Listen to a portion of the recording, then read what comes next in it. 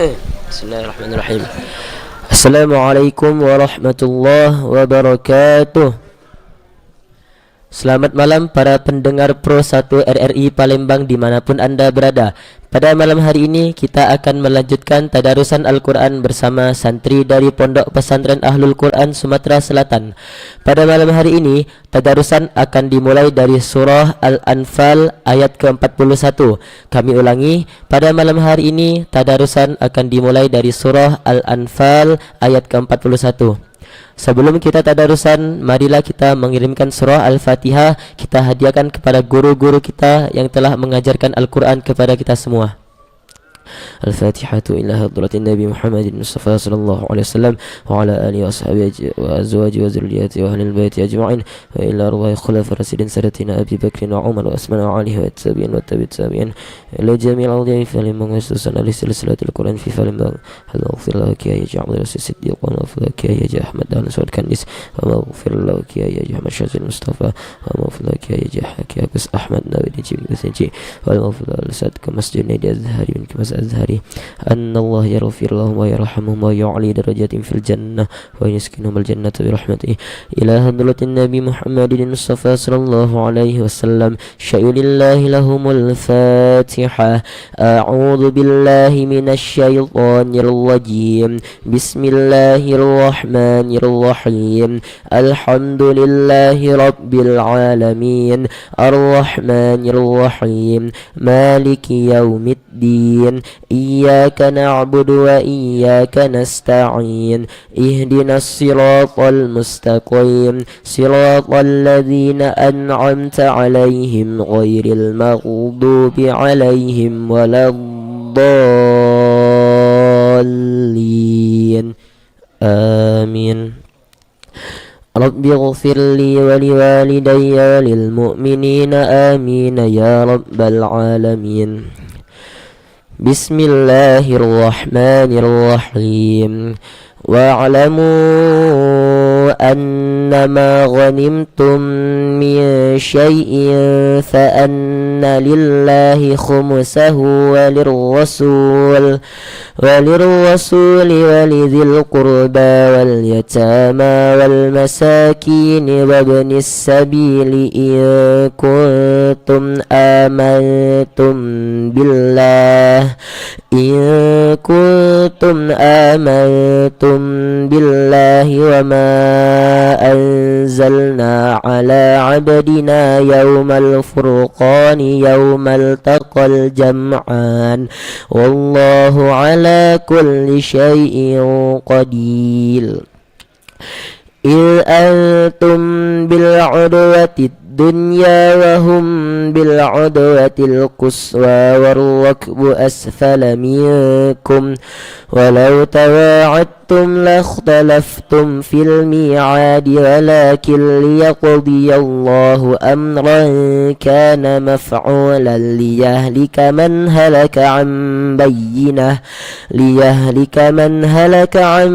bayyinatin wa yahya man hayya an bayyinah wa inna allaha lasami'un alim. Yurikahumullahu fi manamika qalila walau arakahum kathiran lafashiltum walatanaza'tum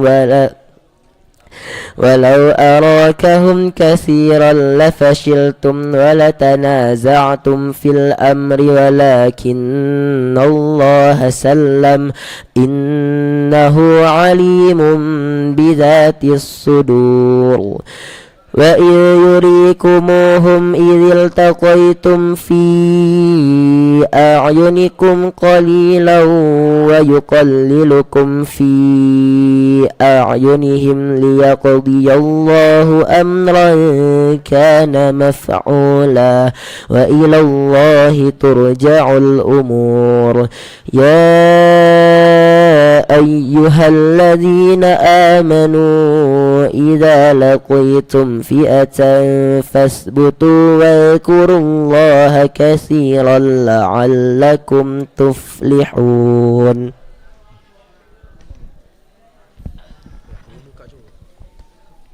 Buka yang tolong yang وأطيعوا الله ورسوله ولا تنازعوا فتفشلوا وتذهب ريحكم واصبروا إن الله مع الصابرين ولا تكونوا كالذين خرجوا من ديارهم بطرا ورئاء الناس ويصدون عن سبيل الله والله بما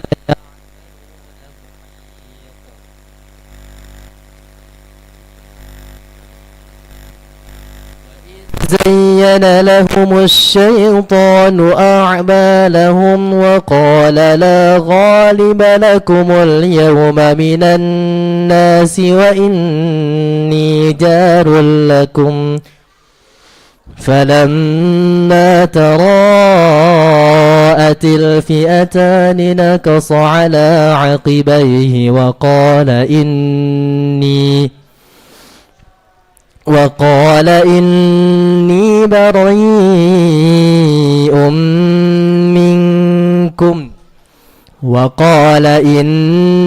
بريء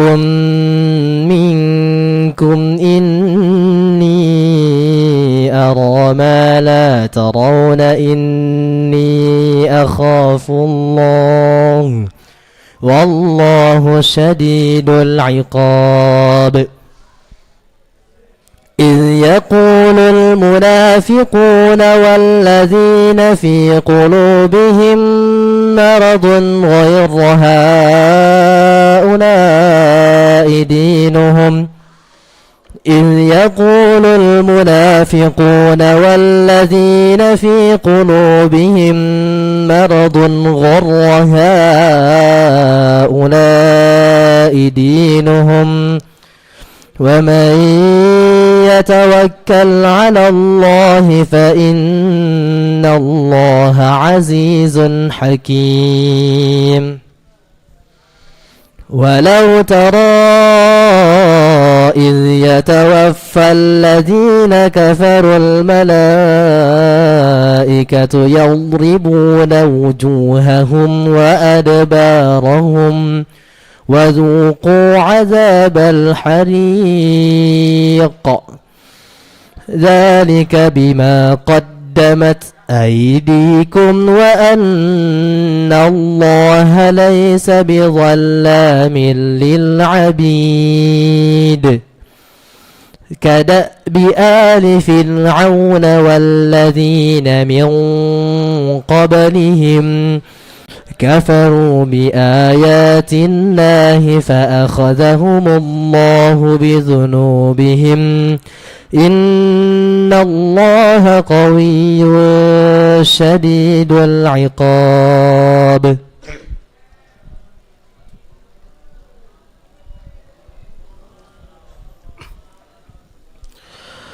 ذلك بأن الله لم يك مغيرا نعمة أنعمها على قوم حتى يغيروا ما بأنفسهم وأن الله سميع عليم كدأب آل فرعون والذين من قبلهم كذبوا بآيات ربهم فأهلكناهم بذنوبهم وأغرقنا آل فرعون وكل كانوا ظالمين إن شر الدواب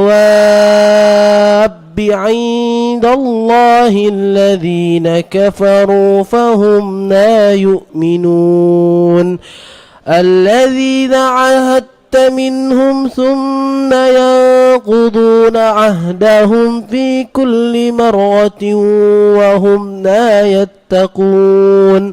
فإما تثقفنهم في الحرب فشرد بهم من خلفهم لعلهم يذكرون وإما تخافن من قوم خيانة فانبذ إليهم على سواء إن الله لا يحب الخائنين ولا يحسبن الذين كفروا سبقوا إنهم لا يعجزون وأعدوا لهم ما استطعتم من قوة ومن رباط الخيل ترهبون به عدو الله ومن رباط الخيل ترهبون به عدو الله عدوكم وآخرين من دونهم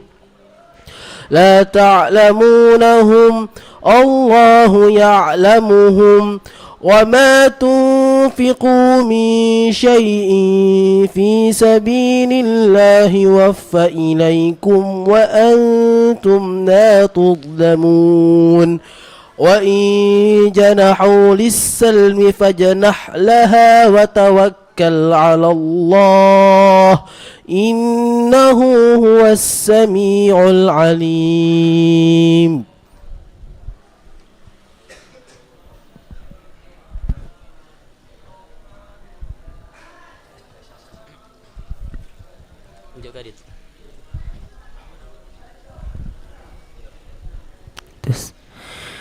وإن يريدوا أن يخدعوك فإن حسبك الله هو الذي أيدك بنصره وبالمؤمنين وألف بين قلوبهم لو أنفقت ما في الأرض جميعا ما ألفت بين قلوبهم ولكن الله ألف بينهم إنه عزيز حكيم. يا أيها النبي حسبك الله ومن اتبعك من المؤمنين. يا أيها النبي حرض المؤمنين على القتال إن يكن منكم 20 صابرون يغلبوا 200 وإن يكن منكم 100 يغلبوا 1000 من الذين كفروا بأنهم قوم لا يفقهون. الآن خفف الله عنكم وعلم أن فيكم ضعفا الآن خفف الله عنكم وعلم أن فيكم ضعفا فإن يكن منكم 100 صابرة يغلبوا 200 وإن يكن منكم 1000 يغلبوا 2000 بإذن الله والله مع الصابرين. ما كان لنبي أن يكون له أسرى حتى يظهروا في الأرض. ما كان لنبي أن يكون له أسرى حتى يدخل في الأرض تريدون أرض الدنيا والله يريد الآخرة والله عزيز حكيم. لولا كتاب من الله سبق لمسكم فيما أخذتم عذاب عظيم. فكلوا مما غنمتم حلالا طيبا واتقوا الله إن الله غفور رحيم.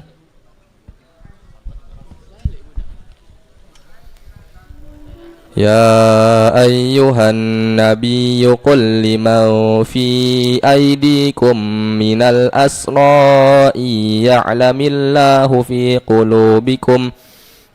يعلم الله في قلوبكم خيرا يؤتكم خيرا مما أخذ منكم ويغفر لكم والله غفور رحيم وإن يريدوا خيانتك فقد خانوا الله من قبل فأمكن منهم والله عليم حكيم إن الذين آمنوا وهاجروا وجاهدوا بأموالهم وأنفسهم في سبيل الله والذين آووا ونصروا أولئك بعضهم أولياء بعض والذين آمنوا ولم يهاجروا ما لكم من ولايتهم من شيء حتى يهاجروا وإن استنصروكم في الدين فعليكم النصر إلا على قوم بينكم وبينهم ميثاق والله بما تعملون بصير والذين كفروا بعضهم أولياء بعض إلا تفعلوه تكون فتنة في الأرض وفساد كبير والذين آمنوا وهاجروا وجاهدوا في سبيل الله والذين آووا ونصروا أولئك هم المؤمنون حقا لهم مغفرة ورزق كريم والذين آمنوا من بعد وهاجروا وجاهدوا معكم فأولئك منكم وأولو الأرحام بعضهم أولى ببعض في كتاب الله إن الله بكل شيء عليم براءة من الله ورسوله إلى الذين عاهدتم من المشركين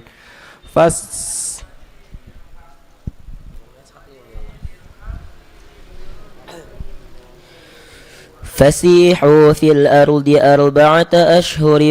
واعلموا أنكم غير معجز الله وأن الله مخزي الكافرين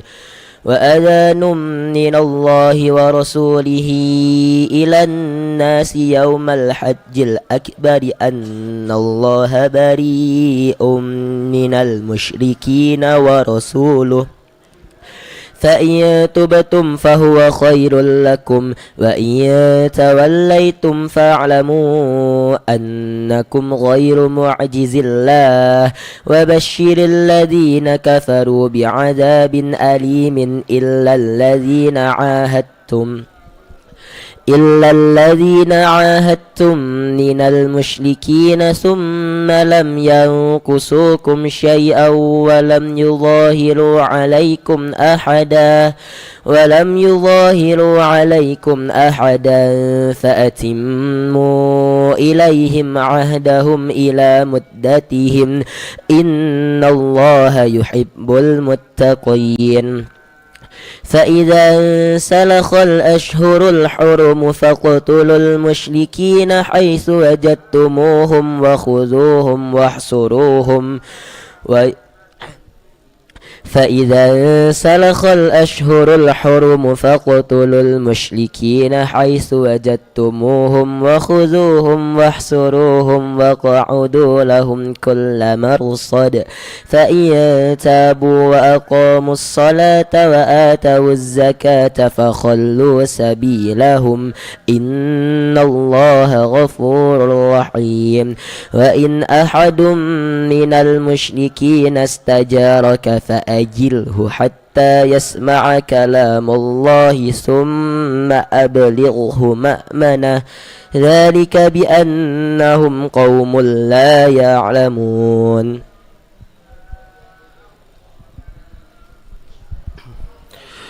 كيف يكون للمشركين عهد عند الله وعند رسوله إلا الذين عاهدتم عند المسجد الحرام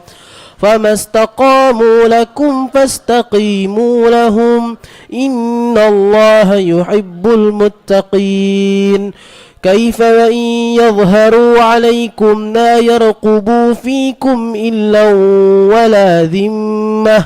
يرضونكم بأفواههم تأبى قلوبهم وأكثرهم فاسقون اشتروا بآيات الله ثمنا قليلا فصدوا عن سبيله إنهم ساء ما كانوا يعملون لا يرقبون في مؤمن إلا ولا ذمة وأولئك هم المعتدون فإن تابوا وأقاموا الصلاة وآتوا الزكاة فإخوانكم في الدين ونفصل الآيات لقوم يعلمون وإن نكثوا أيمانهم من بعد عهدهم وطعنوا في دينكم فقاتلوا أئمة الكفر إنهم لا أيمان لهم لعلهم ينتهون ألا تقاتلون قوما نكثوا أيمانهم وهموا بإخراج الرسول وهم بدؤوكم أول مرة أتخشونهم فالله أحق أن تخشوه إن كنتم مؤمنين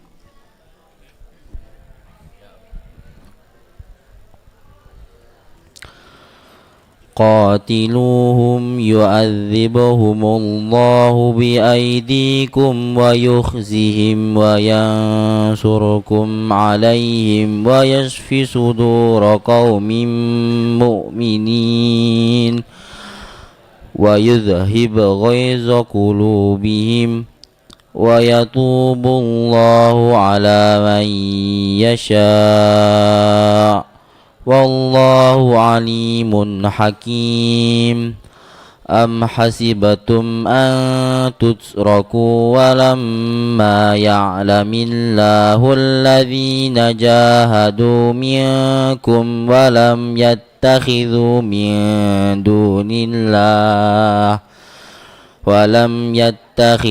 من دون الله ولا رسوله ولا المؤمنين وليجة والله خبير بما تعملون ما كان للمشركين أن يأمروا مساجد الله شاهدين على أنفسهم بالكفر أولئك حبطت أعمالهم وفي النار هم خالدون إنما يعمر مساجد الله من آمن بالله واليوم الآخر وأقام الصلاة وآتى الزكاة واليوم الآخر وأقام الصلاة وآتى الزكاة ولم يخش إلا الله فعسى أولئك أن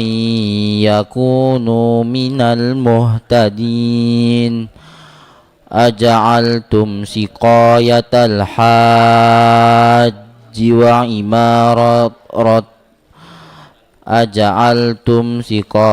الحاج وعمارة المسجد الحرام كمن آمن بالله واليوم الآخر وجاهد في سبيل الله لا يستوون عند الله والله لا يهدي القوم الظالمين الذين الذين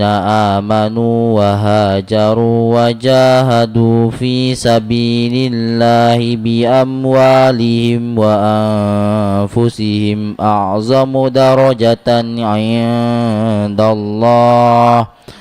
وأولئك هم الفائزون.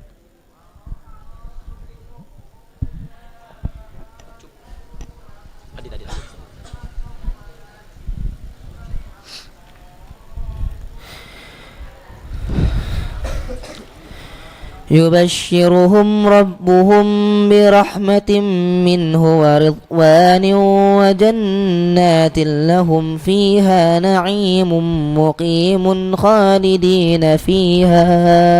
أبدا إن الله عنده أجر عظيم. يا أيها الذين آمنوا لا تتخذوا آباءكم وإخوانكم أولياء إن استحبوا الكفر على الإيمان ومن يتولهم منكم فأولئك هم الظالمون. قل إن كان آباؤكم وأبناؤكم وإخوانكم وأزواجكم وعشيرتكم وأموال اقترفتموها وتجارة تخشون كسادها ومساكن ترضونها أحب إليكم من الله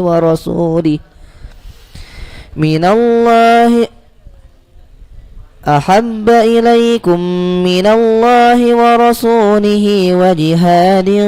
في سبيله فتربصوا حتى يأتي الله بأمره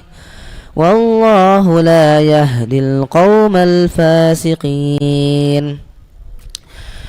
لقد نصركم الله في مواطن كثيرة ويوم حنين إذ أعجبتكم كثرتكم فلم تغن عنكم شيئا وضاقت عليكم الأرض بما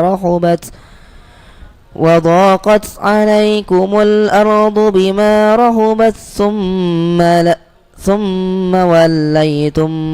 مدبرين. ثم أنزل الله سكينته على رسوله وعلى المؤمنين وأنزل جنودا لم تروها وعذب الذين كفروا وذلك جزاء الكافرين.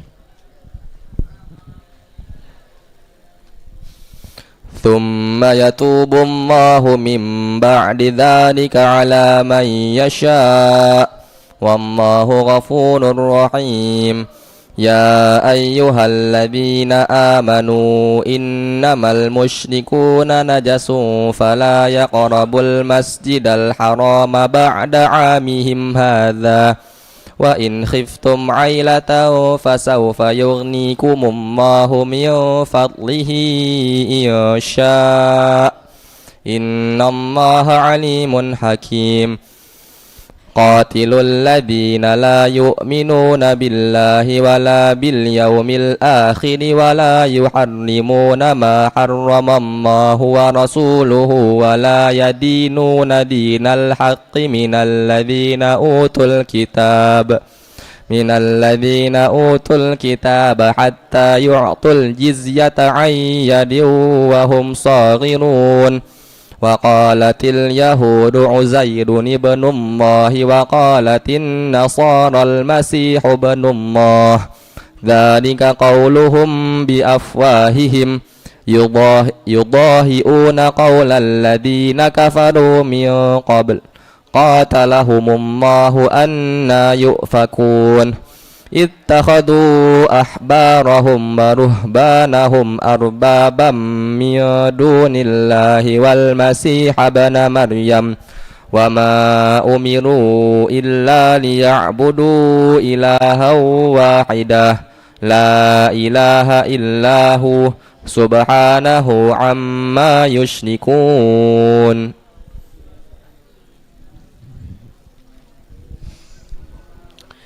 يريدون أن يطفئوا نور الله بأفواههم ويأبى الله إلا أن يتم نوره ولو كره الكافرون هو الذي أرسل رسوله بالهدى ودين الحق ليظهره على الدين كله ولو كره المشركون يا أيها الذين آمنوا إن كثيرا من الأحبار والرهبان ليأكلون أموال الناس بالباطل ويصدون عن سبيل الله والذين يكنزون الذهب والفضة ولا ينفقونها في سبيل الله فبشرهم بعذاب أليم يوم يحمى عليها في نار جهنم فتكوى بها جباههم وجنوبهم وظهورهم هذا ما كنزتم لأنفسكم فذوقوا ما كنتم تكنزون إن عدة الشهور عند الله 12 شهرا في كتاب الله يوم خلق السماوات والأرض منها 4 هرم ذلك الدين القيم فلا تظلموا فيهن أنفسكم وقاتلوا المشركين كافة كما يقاتلوا فلا تظلموا فيهن أنفسكم وقاتلوا المشركين كافة كما يقاتلونكم كافة واعلموا أن الله مع المتقين إنما النسيء زيادة في الكفر يضل به الذين كفروا يحلونه عاما ويحرمونه عاما ليواطئوا عدة ما حرم الله فيحلوا ما حرم الله زين لهم سوء أعمالهم والله لا يهدي القوم الكافرين يا أيها الذين آمنوا ما لكم إذا قيل لكم انفروا في سبيل الله اثاقلتم إلى الأرض أرضيتم بالحياة الدنيا من الآخرة فما متاع الحياة الدنيا في الآخرة إلا قليل إلا تنفروا يعذبكم عذابا أليما ويستبدل قوما غيركم ولا تضروه شيئا والله على كل شيء قدير إلا تنصروه فقد نصره الله إذ أخرجه الذين كفروا ثاني اثنين إذ هما في الغار إذ يقول لصاحبه لا تحزن إن الله معنا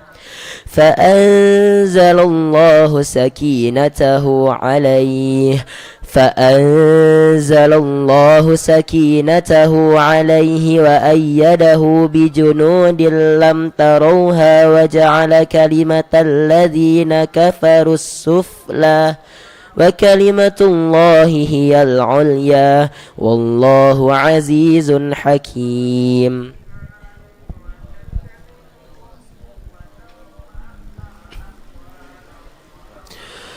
انفروا خفافا وثقالا وجاهدوا بأموالكم وأنفسكم في سبيل الله ذلكم خير لكم إن كنتم تعلمون لو كان عرضا قريبا وسفرا قاصدا لاتبعوك ولكن بعدت عليهم الشقة وسيحلفون بالله لو استطعنا لخرجنا معكم يهلكون أنفسهم والله يعلم إنهم لكاذبون عفى الله عنك لما أذنت لهم حتى يتبين لك الذين صدقوا وتعلم الكاذبين لا يستأذنك الذين يؤمنون بالله واليوم الآخر أن يجاهدوا بأموالهم وأنفسهم والله عليم بالمتقين إنما يستأذنك الذين لا يؤمنون بالله واليوم الآخر وارتابت قلوبهم فهم في ريبهم يترددون ولو أرادوا الخروج لأعدوا له عدة ولكن كره الله بعاثهم فثبطهم وقيل اقعدوا مع القاعدين لو خرجوا فيكم ما زادوكم إلا خبالا ولأوضعوا خلالكم يبغونكم الفتنة وفيكم سماعون لهم والله عليم بالظالمين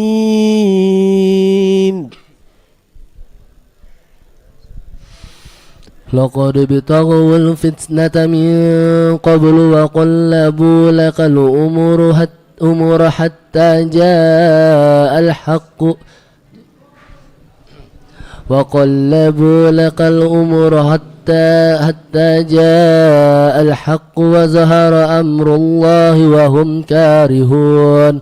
ومنهم من يقول ائذن لي ولا تفتني ألا في الفتنة سقطوا ألا في الفتنة سقطوا ألا في الفتنة سقطوا وإن جهنم لمحيطة بالكافرين إن تصبك حسنة تسؤهم وإن تصبك مصيبة يقولوا قد أخذنا أمرنا من قبل وتولوا وهم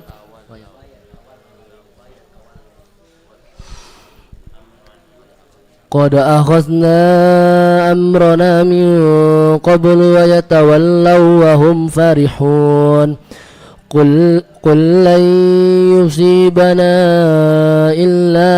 إلا ما كتب الله لنا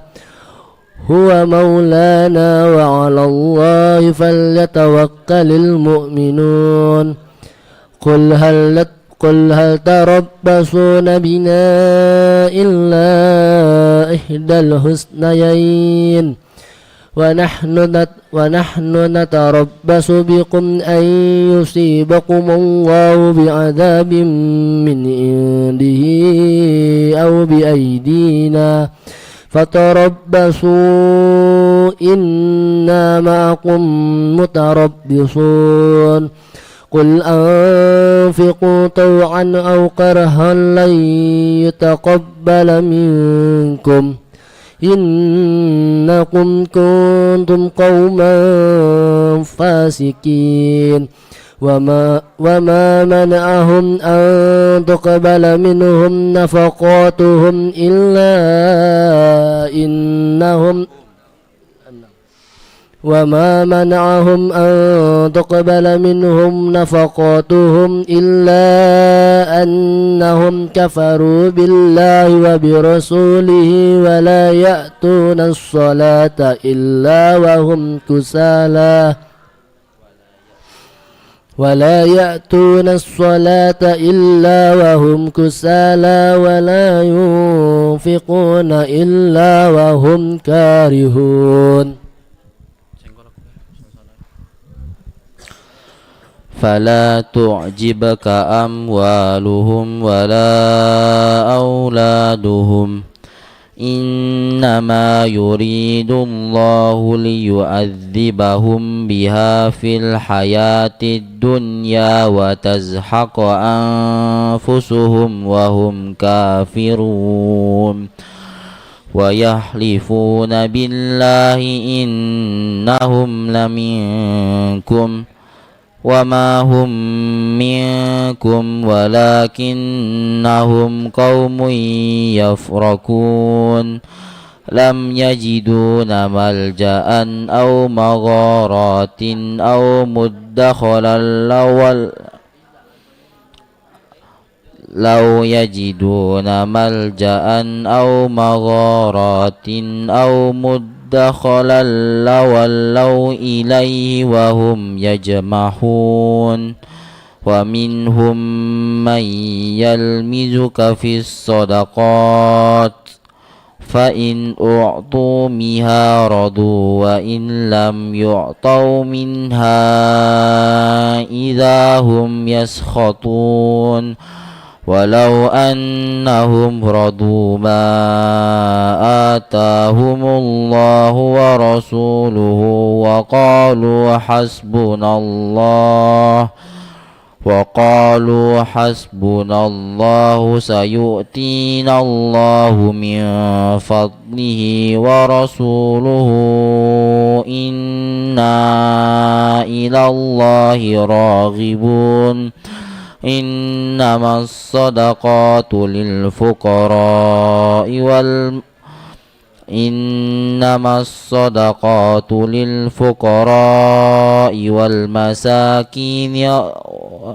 والمساكين والعاملين عليها والمؤلفة قلوبهم وفي الرقاب والغارمين وفي سبيل الله وابن السبيل فريضة من الله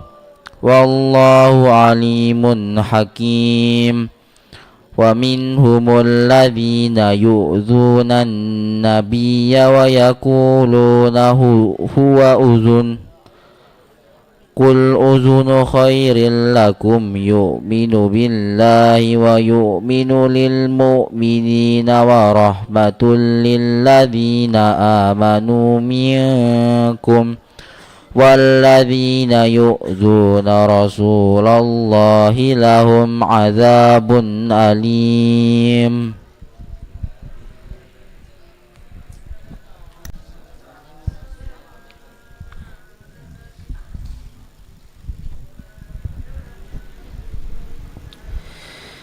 يحلفون بالله لكم ليرضوكم والله ورسوله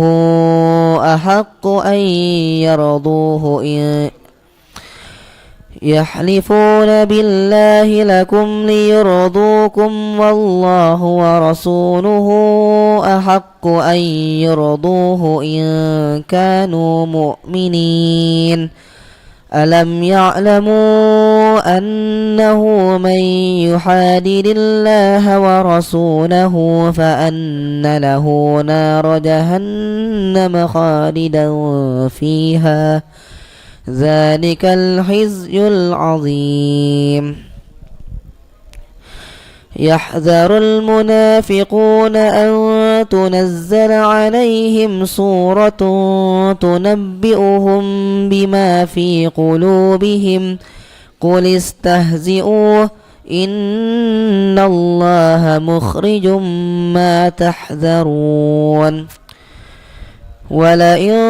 سألتهم ليقولن إنما كنا نخوض ونلعب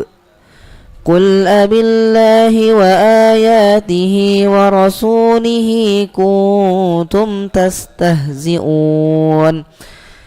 لا تعتذروا قد كفرتم بعد إيمانكم إن نعف عن طائفة منكم نعذب طائفة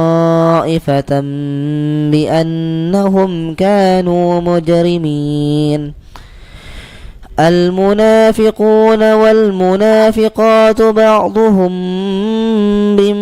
بعض يأمرون بالمنكر وينهون عن المعروف ويقبضون أيديهم نسوا الله فنسيهم إن المنافقين هم الفاسقون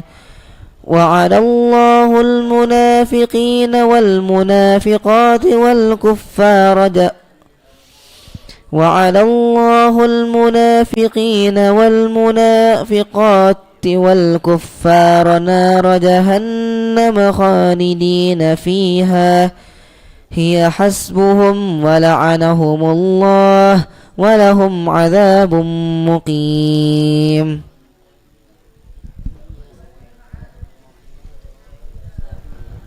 كالذين من قبلكم كانوا أشد منكم قوة وأكثر أموالا وأولادا فاستمتعوا بخلاقهم فاستمتعتم بخلاقكم كما استمتع الذين من قبلكم بخلاقهم وخضتم كالذي خاضوا أولئك حبطت أعمالهم في الدنيا والآخرة وأولئك هم الخاسرون ألم يأتهم نبأ الذين من قبلهم قوم نوح وعاد وثمود وقوم إبراهيم وأصحاب مدين والمؤتفكات أتتهم رسلهم بالبينات فما كان الله ليظلمهم ولكن كانوا أنفسهم يظلمون والمؤمنون والمؤمنات بعضهم أولياء بعض يأمرون بالمعروف وينهون عن المنكر ويقيمون الصلاة ويؤتون الزكاة ويطيعون الله ورسوله أولئك سيرحمهم الله إن الله عزيز حكيم وعد الله المؤمنين والمؤمنات جنات تجري من تحتها الأنهار خالدين فيها ومساكن طيبة في جنات عدن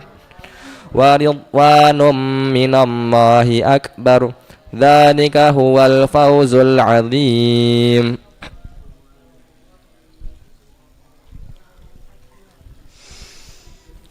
يا أيها النبي جاهد الكفار والمنافقين واغلظ عليهم ومأواهم جهنم وبئس المصير يحلفون بالله ما قالوا ولقد قالوا كلمة الكفر وكفروا بعد إسلامهم وهموا بما لم ينالوا وما نقموا إلا أن أغناهم الله ورسوله من فضله فإن يتوبوا يك خيرا لهم وإن يتولوا يعذبهم الله عذابا أليما في الدنيا والآخرة وما لهم في الأرض من ولي ولا نصير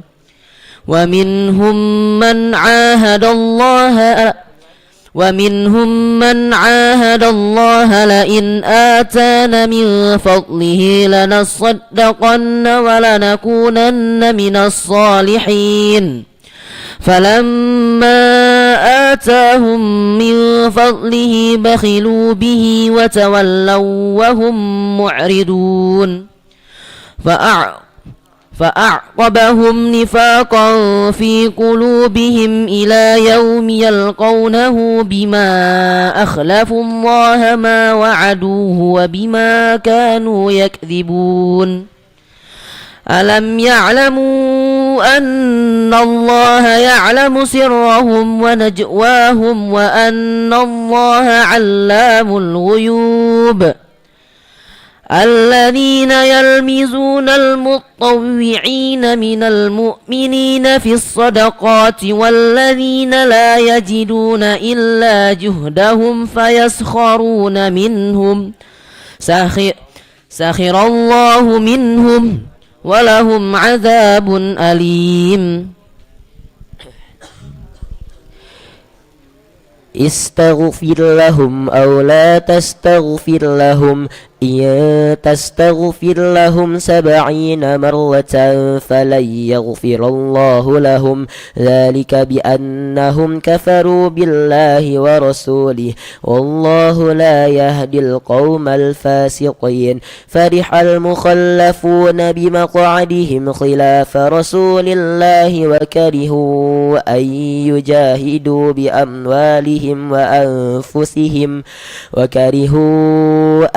يجاهدوا بأموالهم وأنفسهم في سبيل الله وقالوا لا تنفروا في الحر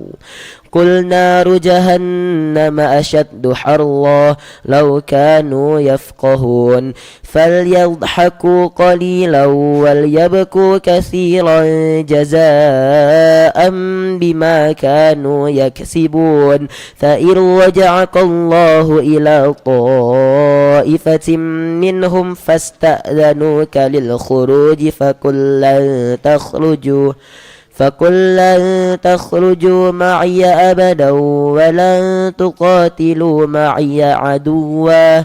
إنكم رضيتم بالقعود أول مرة فاقعدوا مع الخالفين ولا تصل على أحد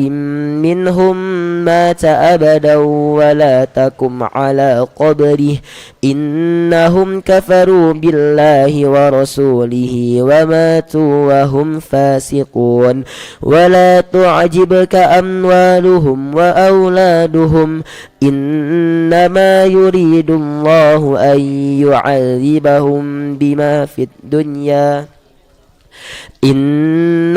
يريد الله أن يعذبهم بها في الدنيا وتزهق أنفسهم وهم كافرون وإذا أنزلت سورة أن آمنوا بالله وجاهدوا مع رسوله استأذنك أولو الطول منهم وقالوا ذرنا نكن مع القاعدين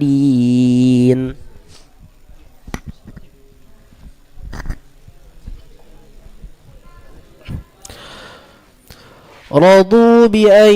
يكونوا مع الخوالف وطبع على قلوبهم فهم لا يفقهون لكن الرسول والذين آمنوا معه جاهدوا بأموالهم وأنفسهم وأولئك لهم الخيرات وأولئك هم المفلحون أعد الله لهم جنات تجري من تحتها الأنهار خالدين فيها ذلك الفوز العظيم وجاء المعذرون من الأعراب ليؤذن لهم وقعد الذين كذبوا الله ورسوله سيصيب الذين كفروا منهم عذاب أليم ليس على الضعفاء ولا على المرضى ولا على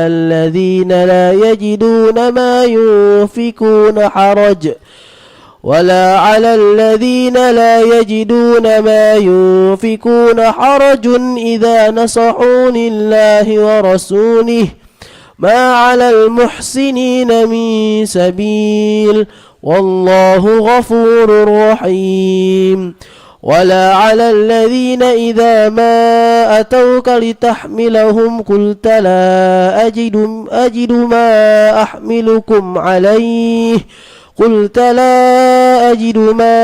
أحملكم عليه تولوا وأعينهم تفيض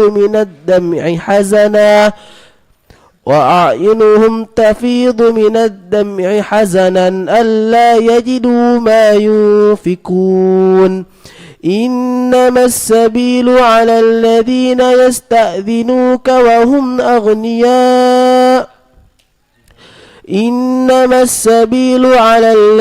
يستأذنونك وهم أغنياء رضوا بأن يكونوا مع الخوالف وطبع الله على قلوبهم فهم لا يعلمون صدق الله العظيم. اللهم ارحمنا بالقرآن واجعله لنا إماما ونورا وهدى ورحمة. اللهم ذكرنا منه ما نسينا وعلمنا منه ما جهلنا وارزقنا تلاوته آناء الليل وأطراف النهار واجعله لنا حجة يا رب العالمين. دعواهم فيها سبحانك اللهم وتحيتهم فيها سلام وآخر دعواهم أن الحمد لله رب العالمين. Para pendengar Pro 1 RRI Palembang dimanapun Anda berada, Alhamdulillah telah usai sudah tadarusan Al-Quran kita pada malam hari ini, malam tanggal 9 Maret tahun 2025 Masehi, bertepatan dengan malam ke-10 pada bulan Ramadan tahun 1446 Hijriah. Kami santri dari Pondok Pesantren Ahlul Quran mengucapkan terima kasih atas kebersamaan Anda. Kembali ke studio untuk mengikuti acara selanjutnya. Kami tutup. Wassalamualaikum warahmatullahi wabarakatuh.